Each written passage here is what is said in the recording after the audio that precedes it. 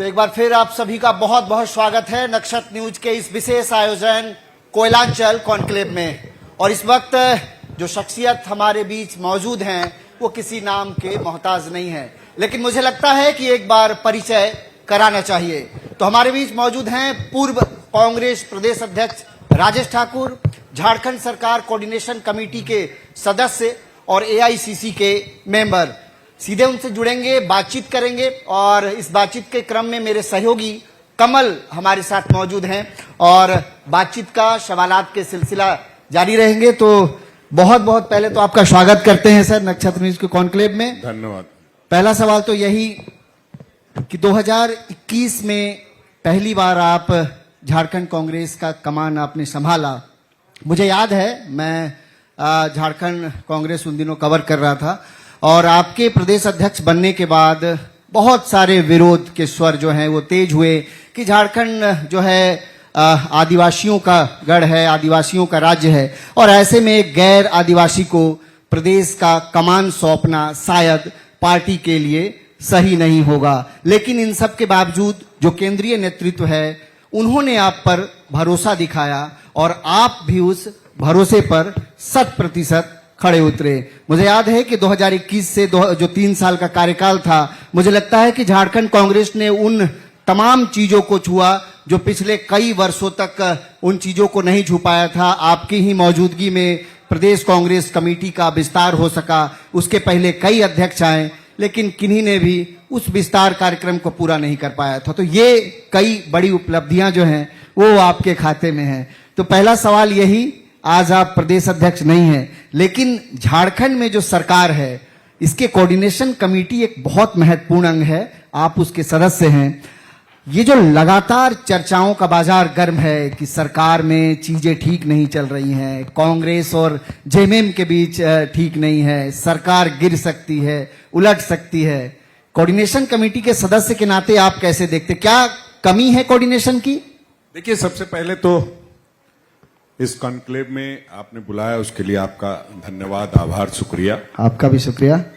और आप सब जानते हैं कि मैं 2021 में अध्यक्ष बना तो 2013 में मैं पहली बार सचिव बना था और सचिव से अध्यक्ष तक पहुंचने का सौभाग्य मुझे लगातार विभिन्न पदों पर रहते हुए मिला। निश्चित रूप से एक आम कार्यकर्ता से प्रदेश अध्यक्ष बनना सचमुच में मुश्किल काम होता है और वो हमने पूरा किया।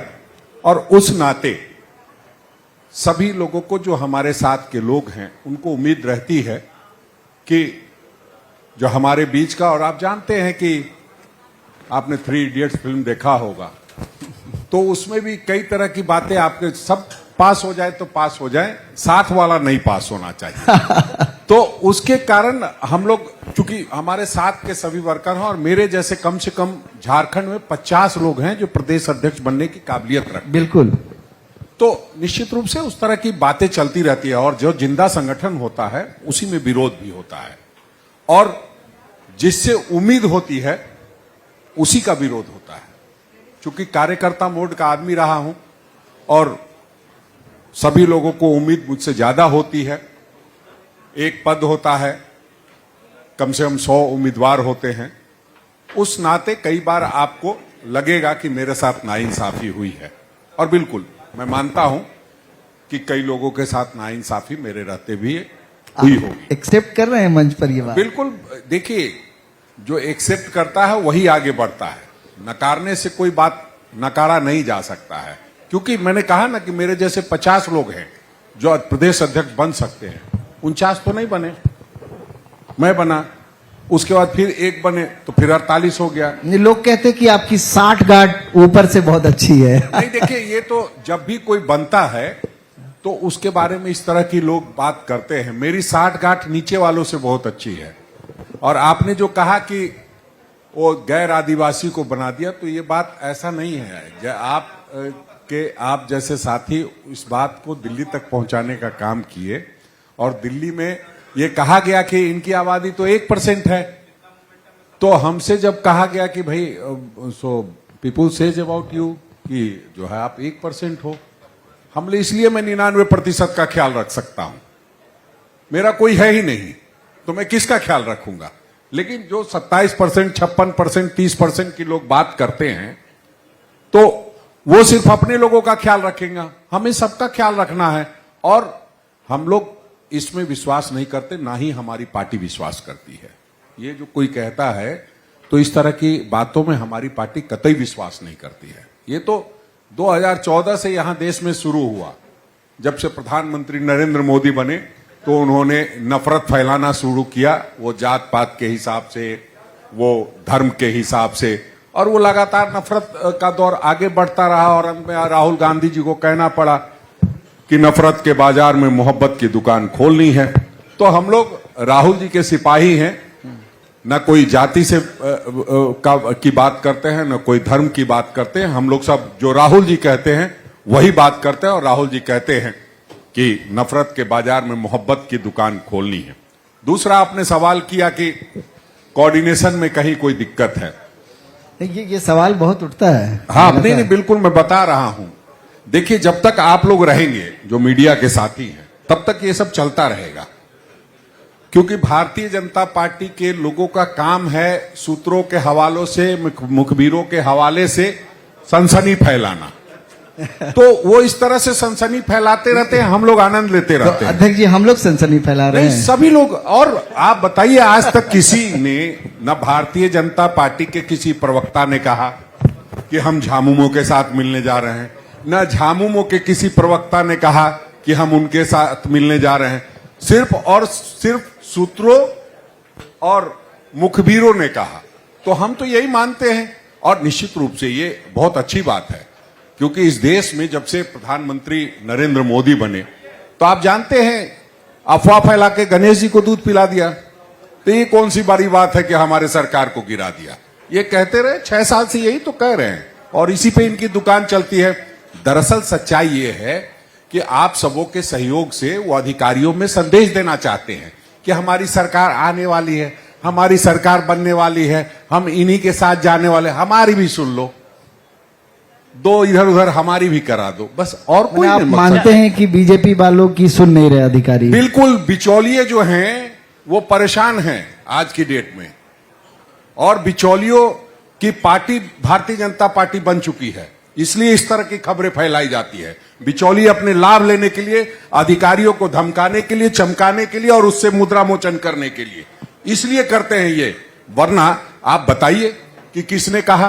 कोई भारतीय जनता पार्टी का प्रवक्ता हो, पूछिए ना, चंपई सोरेन जी ने क्या कहा, बाबूलाल जी क्या कह रहे हैं? कोई नहीं कहेगा, किसी को पता ही नहीं, कहते हमको कुछ पता ही नहीं है।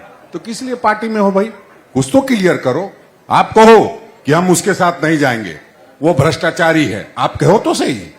आप वो भी नहीं कहते, आप दिन रात इधर की बात उधर, उधर की बात उधर, इससे कोई फर्क नहीं पड़ने वाला है। हम समझते हैं हमारी सरकार मजबूती के साथ अंतिम पायदान पर बैठे व्यक्ति के लिए काम कर रही है, और आने वाले समय में हम समझते हैं 10-15 सालों तक किसी का कोई मतलब नहीं बनता है। हाँ, इस तरह अफवाह फैला करके सरकार बनाए, मुबारक। अच्छा राजेश जी, लगातार आपने कहा विपक्ष की भूमिका, यहाँ संगठन में भी अब चर्चाएं जो लगातार है, आपके समय में आपका कार्यकाल रहा, उस समय ज्यादा इस तरह की शिकायतें नहीं थी।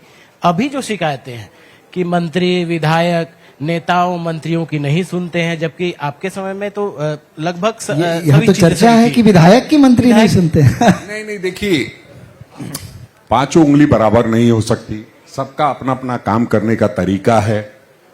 विधायक बोलते हैं कि मंत्री नहीं सुनते हैं, वर्कर बोलते हैं विधायक नहीं सुनते हैं। पार्टी में लोकतंत्र है। तानाशाह अमित शाह और प्रधानमंत्री नरेंद्र मोदी नहीं बैठे हैं हमारी पार्टी में। ये आंतरिक लोकतंत्र है। नहीं, बिल्कुल लोकतंत्र है।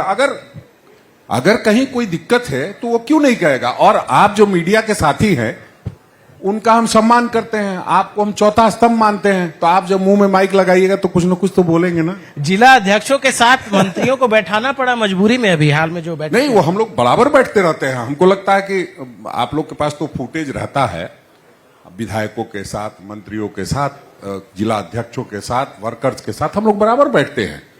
हाँ, अब वही बात है, सनसनी फैलाना है, सूत्रों के हवाले से, मुखबिरों के हवाले से जब चलाना होता है तो इस तरह की बातें होती है। हम लोग इसका आनंद लेते हैं। हम लोग ये सोचते हैं कि मीडिया के साथी हम लोगों का पूरा ध्यान रख रहे हैं और हम लोग कहीं ना कहीं मुख्य धारा में है, तभी हमारी चर्चा हो रही है। चलिए, कम से कम आप मीडिया की तारीफ तो कर रहे हैं। बिल्कुल। नहीं तो अब तो नेताओं का एक ऐसा दौर है कि वो सीधे मीडिया पर ही सवाल उठाते हैं।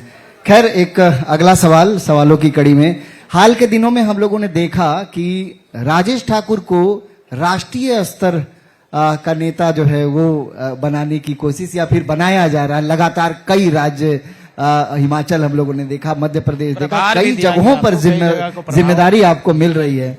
क्या आने वाले दिनों में राजेश ठाकुर राज्यसभा जा रहे हैं क्या? देखिए, राष्ट्रीय पार्टी के हम कार्यकर्ता हैं।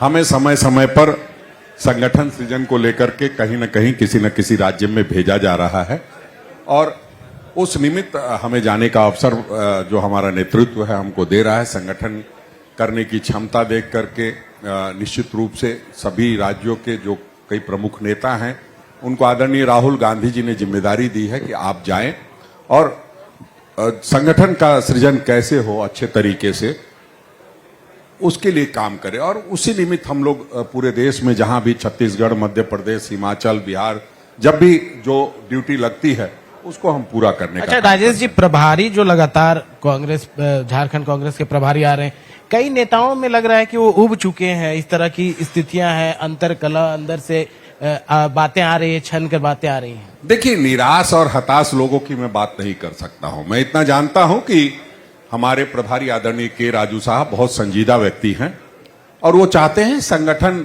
बिल्कुल अंतिम पायदान तक बने। और आप जानते हैं चुनाव आयोग जो SIR ला करके नाम काटने के फिराक में रहता है, या यूं कहिए जो BLO को दायित्व दिया गया है और कहा जाता है कि जल्द में पूरा करना है, उसके सहयोग करने के लिए हम लोग BLA बना रहे हैं। जो ब्लॉक लेवल एजेंट होंगे वो ब्लॉक लेवल अफसर के साथ तालमेल बिठा करके और कैसे ज्यादा से ज्यादा लोगों को हम जो वोटर जो बन रहे हैं नए तरीके से, SIR के तरीके से, उसमें से ज्यादा लोगों को अपने साथ कैसे जोड़ सके, वो मतदाता सूची में उनको जोड़ने का काम। इसी में एक मेरा सवाल है कि वोट चोर गद्दी छोड़, कांग्रेस का ये स्लोगन और पूरे देश में आप लोगों ने आंदोलन किया। अभी दिल्ली में भी आप लोगों का एक बड़ा रैली जो है वो संपन्न हुआ। हालिया चुनावों से अगर इसको जोड़ करके देखे तो बिहार में कोई अभूतपूर्व परिवर्तन नहीं दिखा। कांग्रेस के इस आंदोलन को वहां की जनता ने नकार दिया। आगामी कई राज्यों में चुनाव है, बंगाल में भी चुनाव होना है, तो ये वोट चोर गद्दी छोड़ का क्या असर होगा? देखिए, वोट चोर गद्दी छोड़ का असर इतना ही है कि प्रधानमंत्री जी कट्टा से लेकर कट्टरपंथी तक बात करने लगे। और आप जानते हैं इस देश में आज भी अगर मेरे घर में किसी का निधन होगा तो हम 14 दिनों तक मार्किन का कपड़ा पहन करके बैठे रहते हैं। हम आस्था में इतना सराबोर रहते हैं कि हमें वो सारी प्रक्रियाएं करनी पड़ती है और उसको लोग मानते हैं धर्म से जुड़ी हुई बात है। आज भी आप एक रामधुनी बिकता है उस पे अमेजोन पे, वो बोलेगा कि 3 महीना जलाइएगा तो आपके घर में समृद्धि आ जाएगी। आप इस देश में जानते हैं कि वो एक बहुत बड़ा ये होता निर्मल बाबा, उसने कह दिया कुत्ते को लड्डू खिलाने से आपके घर में समृद्धि आएगी, काले कुत्ते को। तो कई लोगों को, बड़े बड़े लोगों को मैंने देखा है कि उनकी माँ अपने बच्चों के बेहतरी के लिए कुत्ते को लड्डू खिला रही है और ड्राइवर की जान जा रही है कि कहीं काट नहीं ले। तो इस तरह के कई लोग आए हैं, उसका एक बड़ा स्वरूप हमारे प्रधानमंत्री हैं। ये इस तरह की जो प्रवंचना रचते हैं उसका एक बड़ा स्वरूप हमारे प्रधानमंत्री नरेंद्र मोदी हैं कि कैसे धर्म का अफीम चटा करके और कैसे देश में नफरत फैला करके लोगों से वोट लिया जाए। वोट चोर गद्दी छोड़, ये नारा सही है। आपने देखा नहीं क्या कि इस नारे का असर इतना है कि प्रधानमंत्री और प्रधानमंत्री के सारे मंत्रिमंडल के लोग पूरे बिहार चुनाव में वहीं जमे रहे। तो डर तो लगता है और वोट चोर को गद्दी छोड़नी पड़ेगी। आप ये देख लीजिएगा, मैं बहुत बड़ी बात नहीं कह रहा हूं, मैं ये कह रहा हूं कि अगर एक घर में 200 वोटर पाए जाते हैं तो आप उसको किस रूप में लेते हैं? हम तो यही कह रहे हैं, इसको ठीक करिए। आदरणीय राहुल गांधी जी ने क्या कहा कि ये ब्राजील की महिला का फोटो यहां क्यों लगा रहे हो? अरे फोटो तो यहां का जुगाड़ कर लो। और क्यों चुनाव आयुक्तों की नियुक्ति में घालमेल किया गया, क्यों उसमें से शर्तें हटाई गई, तो उस पर हम बात करते हैं। आखिरी सवाल लेंगे। बातें तो हो रही हैं, आपने जो तमाम बातें कही, लोगों के बीच भी कांग्रेस इन्हीं बातों को रखती है, लेकिन इसका असर, मैं बस इस बात को समझना चाह रहा हूं कि क्या कांग्रेस पार्टी का जो ये आंदोलन है, आने वाले चुनाव में हम लोगों को इसका कुछ असर दिखेगा? बिल्कुल दिखेगा, बिल्कुल परेशान मत होइए। मैं जानता हूं देश का हर व्यक्ति परेशान है, और खास करके पत्रकार मित्र जो हैं, जो उनके बोलने की आजादी पर पाबंदी लगाई गई है, उससे वो ज्यादा परेशान है। इसलिए आप लोग को परेशान होने की जरूरत नहीं है। जैसे झारखंड में सरकार दिया है, वैसे ही देश में भी सरकार देने का काम करेंगे। अच्छा, नाम जो बदलने की प्रवृत्ति चल रही लगातार, जैसे राम जी राम की बात करें, राजभवन, लोक भवन, क्या इससे अलग पैमाना हो जाएगा? नहीं, ये देखिए, संभव है कि एक आध महीने में या एक आध 2 दिन में प्रधानमंत्री जी अपना भी नाम बदल लेंगे। ये कोई बड़ी बात नहीं है। जो हालात बने हुए हैं उसमें उनको अपना नाम भी बदलना पड़ेगा, क्योंकि कुछ ऐसी चीजें सामने आ रही है या आने वाली है जिसमें प्रधानमंत्री जी अपना नाम भी बदल लेंगे। इसलिए नाम बदलने से सब कुछ नहीं बदल जाएगा। महात्मा गांधी राष्ट्रपिता हैं, रहेंगे, और उनके नाम को छोटा करने की कोशिश है। मनरेगा के लोगों के नौकरी जो मिलती है, 100 दिन की जो वो मजदूरी मिलती है, उसको छीनने की कोशिश है। इसलिए ये लोग, और जिस भगवान राम को हम लोग आस्था का केंद्र बिंदु मानते हैं, मर्यादा पुरुषोत्तम राम कहते हैं, उनका राजनीतिकरण न हो तो ज्यादा अच्छा होगा। उन पर संसद में चर्चा हो, ये ठीक नहीं है। चलिए, बहुत बहुत शुक्रिया हमसे बातचीत करने के लिए, और नक्षत्र न्यूज के इस मंच पर आप आए, साझा किए अपने विचारों को, पार्टी के विचारों को। आपको बहुत सारी शुभकामनाएं और बहुत बहुत धन्यवाद इस मंच पर अपनी बात रखने के लिए। बेहद शुक्रिया।